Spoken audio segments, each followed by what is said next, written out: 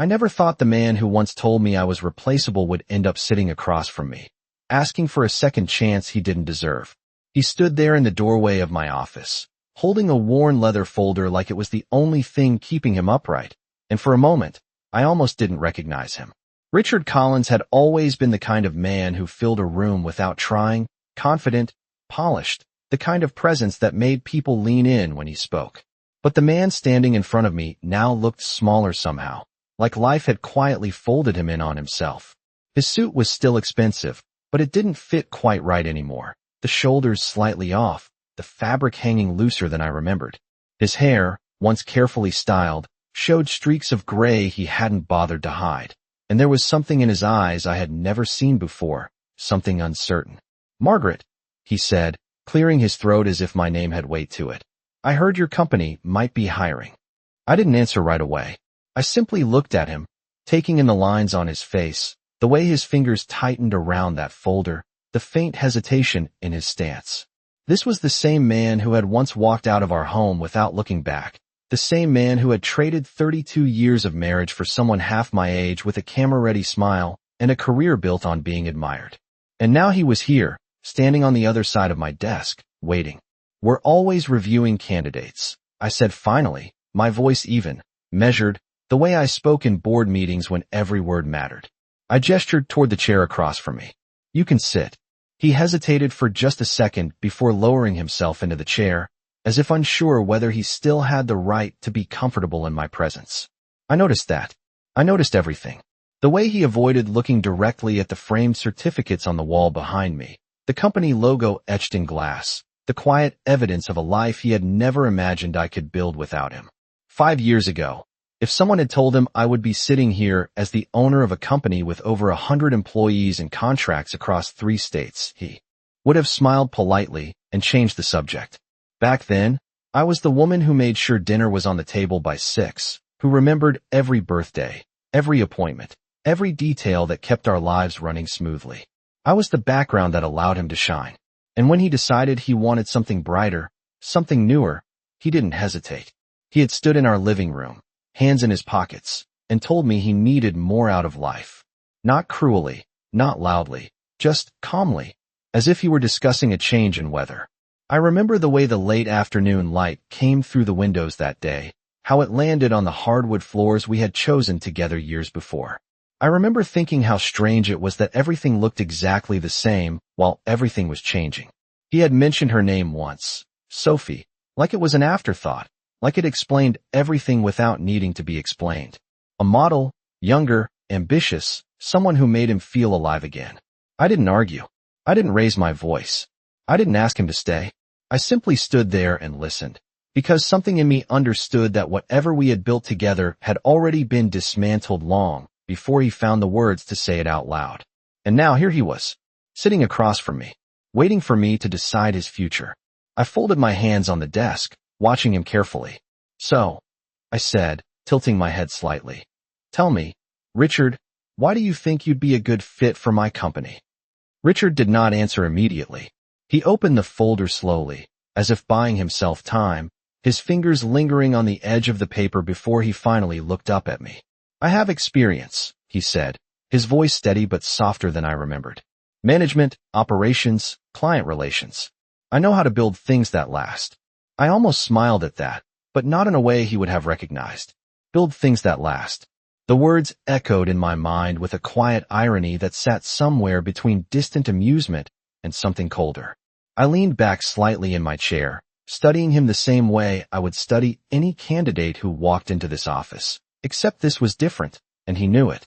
"That is interesting," I replied, keeping my tone neutral, "because the last time we worked together on something that was supposed to last, you walked away from it." His jaw tightened just enough for me to notice, but he did not argue. He simply nodded once, as if accepting the weight of that truth without trying to deflect it. That, more than anything, told me how much had changed.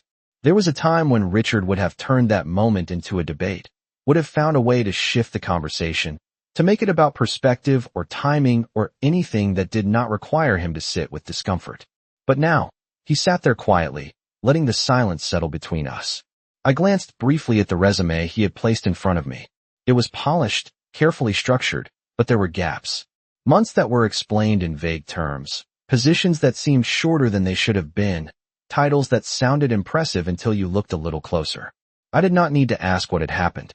I could already see it in the way he held himself, in the careful way he chose his words, in the absence of that effortless confidence he once carried like a second skin. "Tell me about your most recent position," I said, my eyes still on the page. He shifted slightly in his seat. "I was consulting," he answered. "Independent work, helping smaller firms reorganize, improve efficiency." I nodded slowly, though I did not look up right away. "And before that?" There was a pause, just long enough to be noticeable. "I was with Harper and Lane," he said finally. "For about a year." I lifted my gaze then, meeting his eyes directly. "About a year," I repeated. "That is not very long for someone who builds things that last." Another small pause. Another quiet acceptance. "No," he said. "It is not." The room felt very still in that moment. The kind of stillness that comes when two people understand more than what is being said out loud. I closed the folder gently and placed it on the desk between us. "You know," I said, my voice calm, almost conversational. "When you left, I did not think about companies or careers or success. I thought about how I was going to pay the electric bill the next month. I thought about how I was going to keep the house for as long as I could before I had to let it go. I thought about things you probably never had to think about."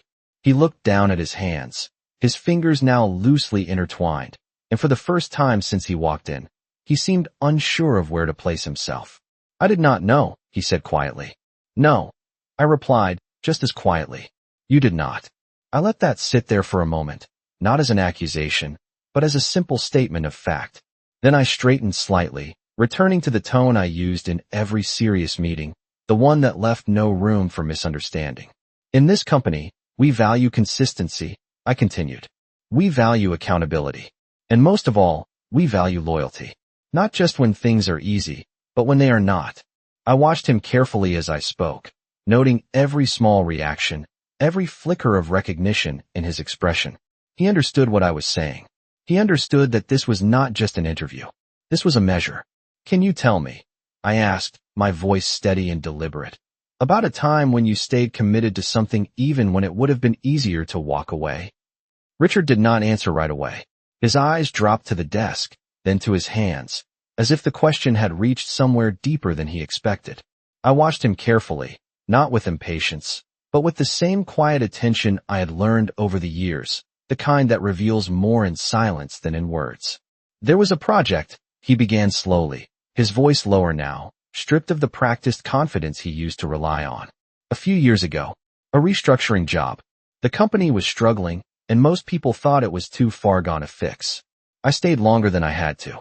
Tried to turn it around." He paused, then gave a small, almost self-conscious shrug. "It did not work in the end. They shut it down." I nodded once, considering his answer. "And why did you stay?" I asked. He hesitated again, but this time the hesitation felt different, less like avoidance and more like searching for something honest. "Because I thought I could make a difference," he said finally. "And because I did not want to leave something unfinished." I held his gaze for a moment, letting that settle between us. There was a time when I would have accepted that answer without question, when I would have believed in the version of him that spoke about commitment and persistence. But time has a way of sharpening your understanding, of showing you the difference between what people say and what they do. I folded my hands together again, resting them lightly on the desk. "That is interesting," I said, my tone still calm, still measured.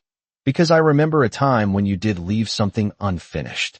He closed his eyes briefly, just for a second, as if absorbing the impact of that statement, then opened them again. This time, he did not look away. "I know," he said quietly. There was no defense in his voice, no attempt to justify or explain. Just those two words. I let out a slow breath, not out of frustration, but out of recognition. This was not the same man who had stood in our living room years ago, speaking in calm, detached sentences about needing more out of life. That man had been certain, almost clinical in the way he dismantled everything we had built together. This man was different, not broken, exactly, but worn in a way that life tends to wear people down when they finally start to understand the consequences of their choices. "What happened after that?" I asked, nodding slightly toward the resume. "After Harper and Lane." He shifted in his seat again, his posture no longer rigid, but not entirely relaxed either. Things changed, he said. The market, the company structure, and some decisions I made did not turn out the way I expected. He paused, then added more directly. I left. I tilted my head slightly, studying him. You left, I repeated. Or you were asked to leave? There was a flicker of something in his expression then, something that might have been embarrassment, or perhaps just the discomfort of being seen too clearly. I was asked to leave, he admitted. I nodded once, not reacting, not judging, just acknowledging the answer. And since then, I asked, you have been consulting. Yes, he said, trying to rebuild, trying to find something stable again. Stable. The word lingered in my mind for a moment. Stability was something I had learned to build from nothing, something I had fought for in quiet, determined ways that no one had seen at the time. I glanced briefly at the city skyline visible through the large windows behind him, the late afternoon light casting long shadows across the buildings, then returned my attention to him. This company, I said slowly, choosing my words with care, was not built on stability. It was built on uncertainty, on risk, on starting over when there was no guarantee of success. I leaned forward slightly, just enough to shift the balance of the conversation. So I am going to ask you something very simple, Richard. I paused, letting the silence settle again, letting him feel the weight of what was coming next. Why should I trust you now, when you could not be trusted then? Richard did not speak immediately. The silence stretched just long enough to feel deliberate, not awkward, as if he understood that whatever he said next would not be measured by how convincing it sounded, but by how much truth it carried. He exhaled slowly, his shoulders lowering in a way that felt less like defeat and more like acceptance. You should not, he said finally. The words were simple, almost quiet, but they landed with a kind of weight I had not expected. I watched him closely, searching for any sign of calculation, any hint that this was just another strategy, another carefully chosen response designed to appeal to me. But there was none of that familiar sharpness in his expression, none of the subtle control he used to carry into every conversation. Just honesty, unpolished and uncomfortable. You should not trust me because of who I was, he continued, his voice steady but subdued. I know that. I leaned back slightly in my chair, not interrupting, letting him continue. But I am not asking you to forget that, he added. I am asking you to look at who I am now. There was a brief pause, and for a moment, I was aware of the faint hum of the building around us, the distant sound of voices down the hall, the quiet rhythm of a place that had grown far beyond anything I had once imagined. I made decisions, he said, choosing his words carefully. I thought I was choosing something better, something that would make me feel more alive. And I did not realize what I was giving up until it was gone. His gaze dropped again, but only briefly, before returning. To meet mine. That is not an excuse, he added. It is just the truth. I did not respond right away.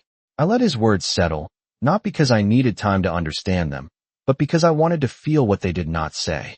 There was a time when I would have filled this silence for him, softened the edges, offered something that made the moment easier. But I had learned that silence can be more honest than any reassurance. And what exactly did you lose? I asked after a moment, my tone even, not accusatory, just precise. He blinked once, as if the question had caught him off guard, then answered without hesitation. Everything that mattered, he said. I lost a home that was real. I lost stability. I lost respect. And I lost you. The last part came quieter, but it did not waver. I held his gaze, steady, unflinching. You did not lose me, I said calmly. You walked away. He nodded once. Yes, he said. I did. There was no attempt to soften it, no attempt to reshape the narrative. Just acceptance again. I folded my hands together, resting them lightly on the desk, the polished wood cool beneath my fingertips. And the life you chose instead? I asked. What happened to that? A faint, almost humorless smile touched his lips, gone as quickly as it appeared. It looked good from the outside, he said. That is all it ever was. He paused, then added, it was not built on anything real, not the way what we had was. I studied him for a moment, noting the way he spoke now, not trying to impress, not trying to persuade, just stating things as they were.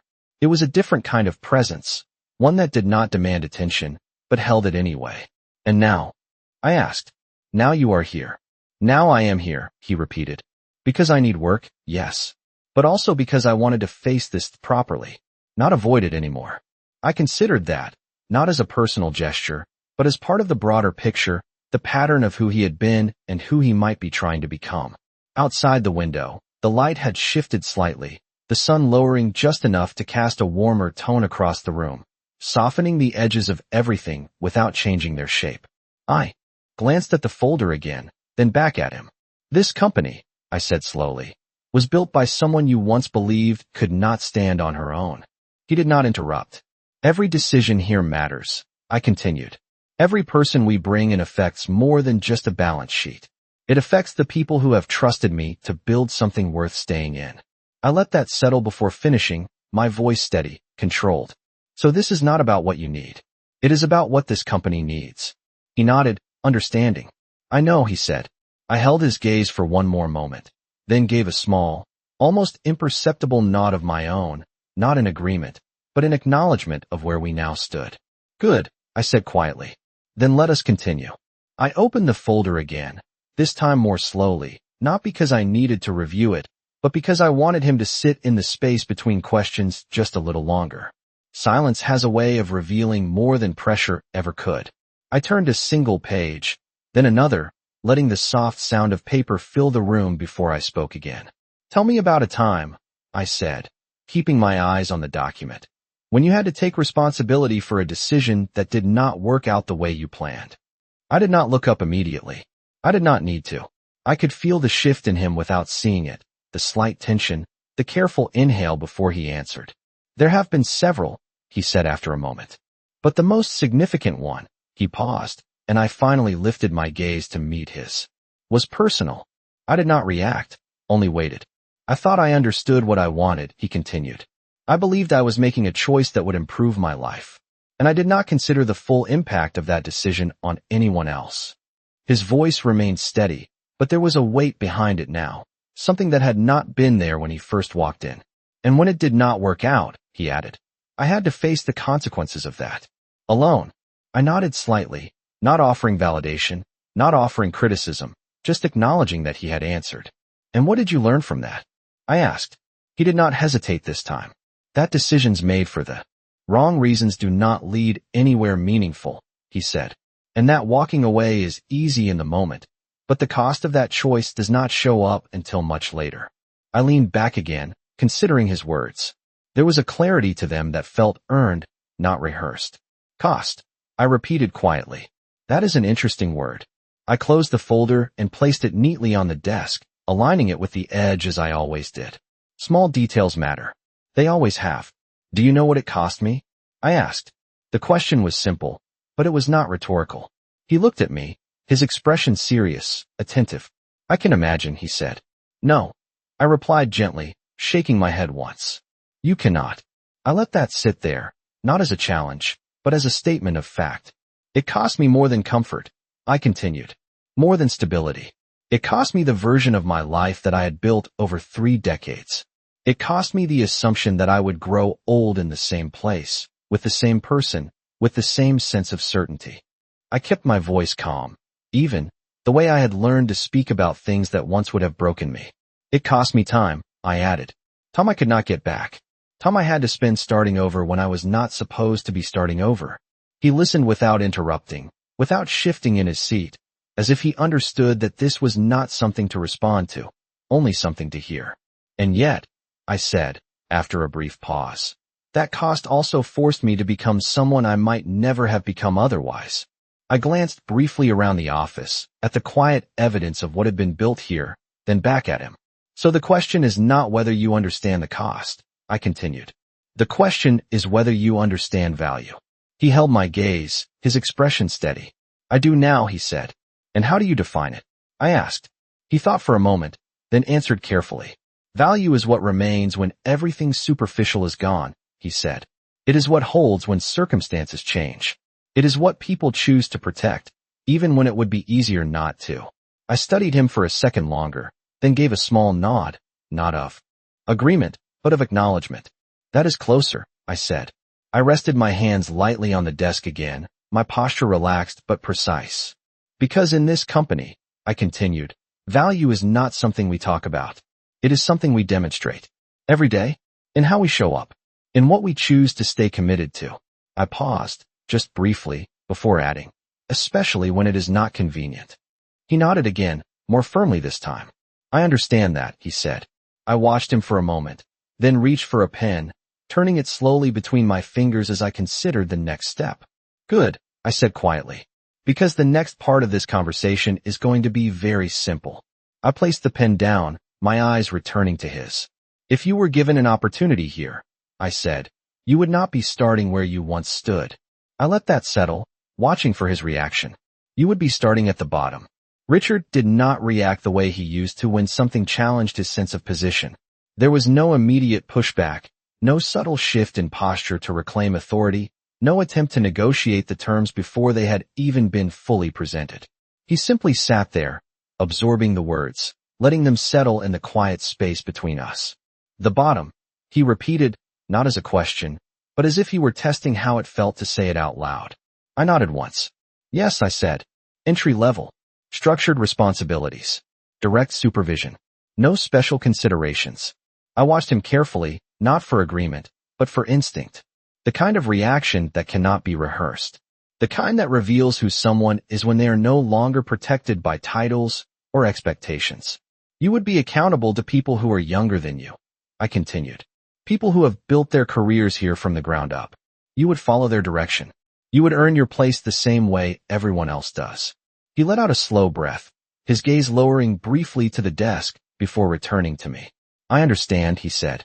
His voice was steady, but there was something else beneath it now, something quieter, something that did not try to disguise the reality of what I was offering. I tilted my head slightly, studying him. Do you? I asked.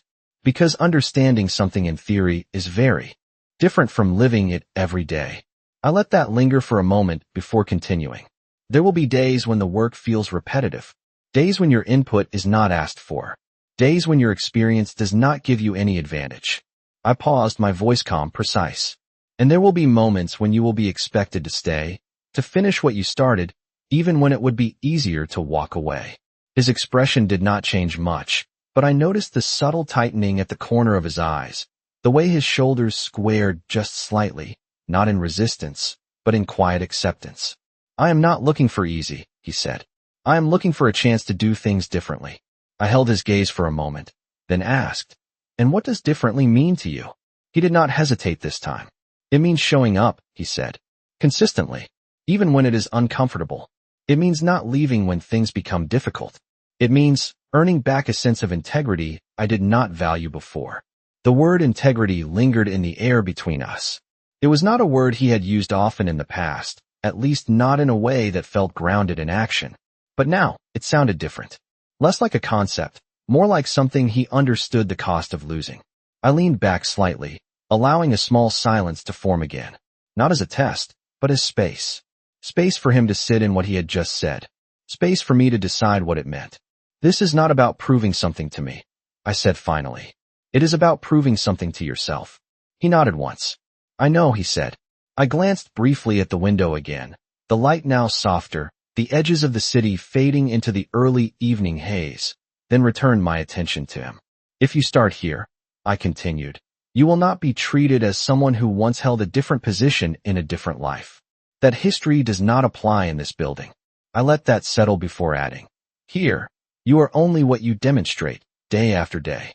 He sat a little straighter at that, not in defiance, but in readiness. Then that is what I will do, he said. There was no urgency in his tone, no attempt to convince me. Just a simple statement.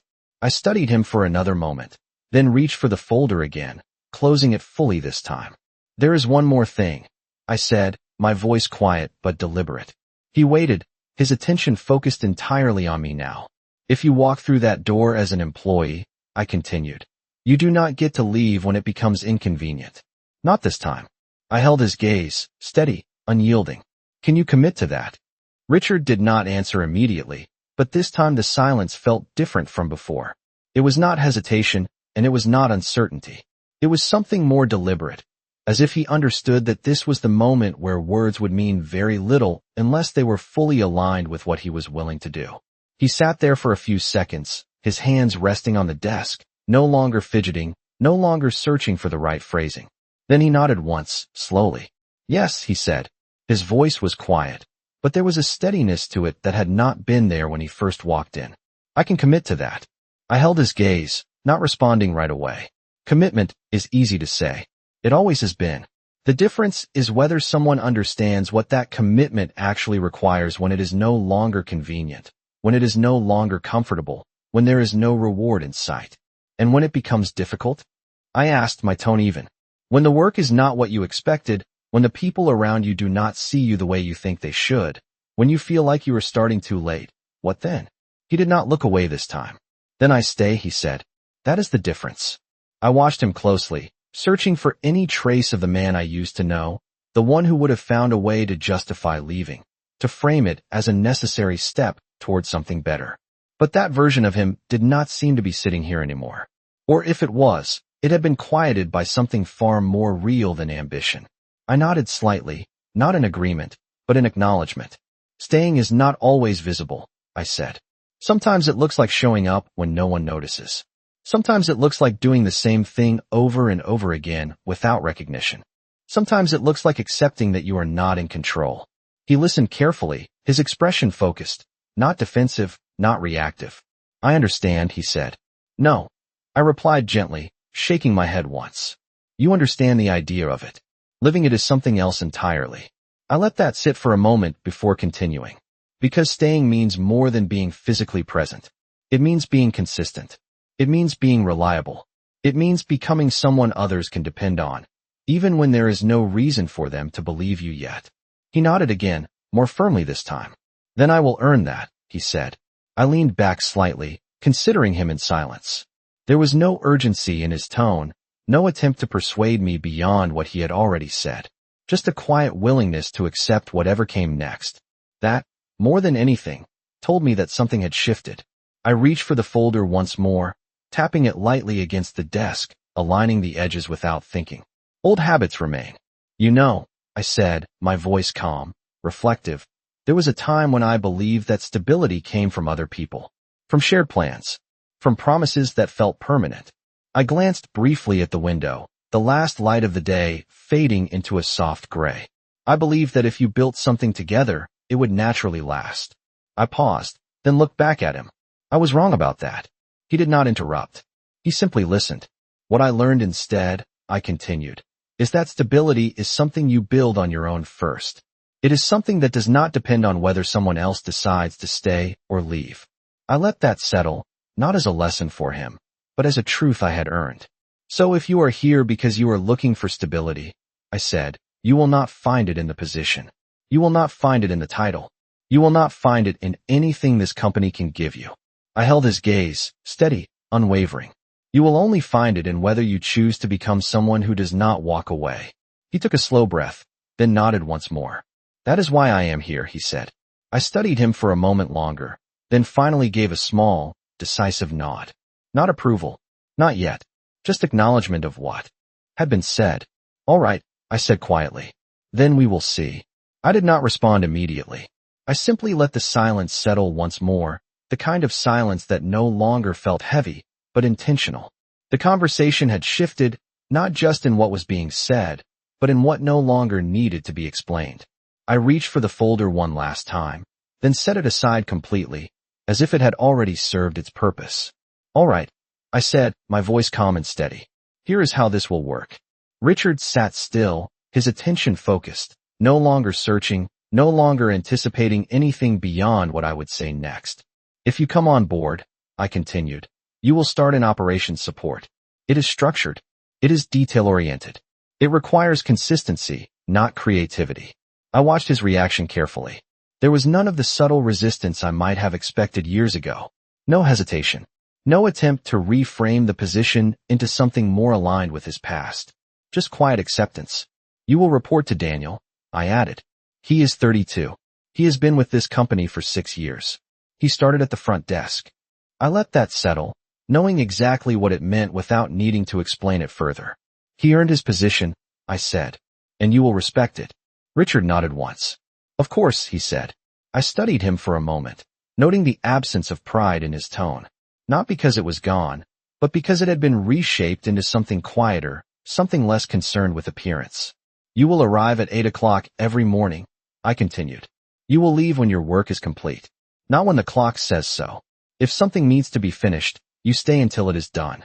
Again, no argument. Understood, he said. I leaned forward slightly, my hands resting on the desk. There will be no discussions about what you used to do. No comparisons. No expectations that your past experience should accelerate your progress here. I held his gaze. You move forward at the pace you earn. He met my eyes directly. That is fair, he said. I let out a small breath, not out of relief, but out of recognition. This was not negotiation. This was alignment. And one more thing, I added. This is not personal. I paused, letting that land with the clarity it deserved. What happened between us exists outside of this building. It does not influence how decisions are made here. I watched him carefully as I said that, not because I needed him to agree, but because I needed to see whether he understood what it meant. Then I will be treated like anyone else, he said. Yes, I replied. Exactly like anyone else. There was a brief silence after that, but it did not feel uncertain. It felt settled. He glanced down at his hands for a moment, then back up at me. When do I start? He asked. I did not answer immediately. Instead, I looked at him the way I would look at any candidate at the end of an interview, weighing not just what had been said, but what had been demonstrated. 5 years ago, I would have seen the man who left. The man who believed that something better was always waiting somewhere else. But that man was not sitting here now. Or if he was, he had been stripped of the certainty that once defined him. Monday, I said finally. 8 o'clock.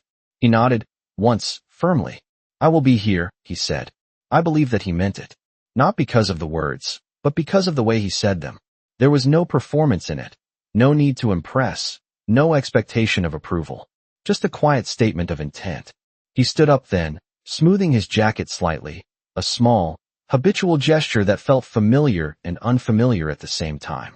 For a moment, he hesitated, as if unsure whether to say something more, something beyond the structure of the interview. But then he simply nodded again. Thank you, he said. I inclined my head slightly in return, nothing more. He turned and walked toward the door, his steps measured, unhurried. I watched him as he reached for the handle, as he opened it, as he stepped out into the hallway beyond. And then he was gone. The door closed softly behind him, the sound barely audible in the quiet of the office. I sat there for a moment, not moving, not reflecting, just present in the stillness that followed. Then I reached for the next file on my desk, opening it with the same steady precision as always. Because no matter who walked through that door, no matter what history they carried with them, the work continued. Monday morning arrived with the same quiet precision that had shaped every part of my life over the past 5 years. I was already in my office by 7:45, reviewing reports, the familiar rhythm of numbers and decisions grounding me before the day began. At exactly 8 o'clock, I heard the soft movement outside my door, not loud, not hesitant, just present. I did not look up immediately. I finished the line I was reading, set the paper down neatly, and then lifted my gaze. Through the glass wall, I saw him.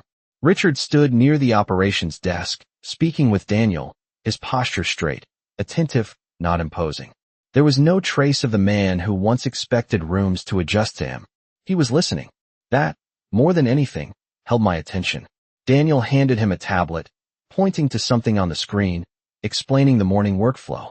Richard nodded, once, focused, absorbing every detail as if it mattered. Because now it did. I returned my attention to my work, not out of indifference, but because observation does not require interruption.